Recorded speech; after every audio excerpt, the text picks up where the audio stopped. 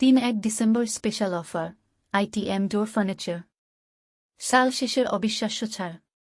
আপনার ঘরকে আরও সুন্দর ও আধুনিক করতে আইটিএম ডোর ফার্নিচার নিয়ে এসেছে বছরের সেরা অফার। বিশেষ অফার, ৯,০০০ টাকার দরজায় পাচ্ছেন 20% ডিসকাউন্ট। প্রিমিয়াম কাঠের দরজায়ও 20% ছাড়। নির্বাচিত ফার্নিচারে এক্সট্রা ডিসকাউন্ট।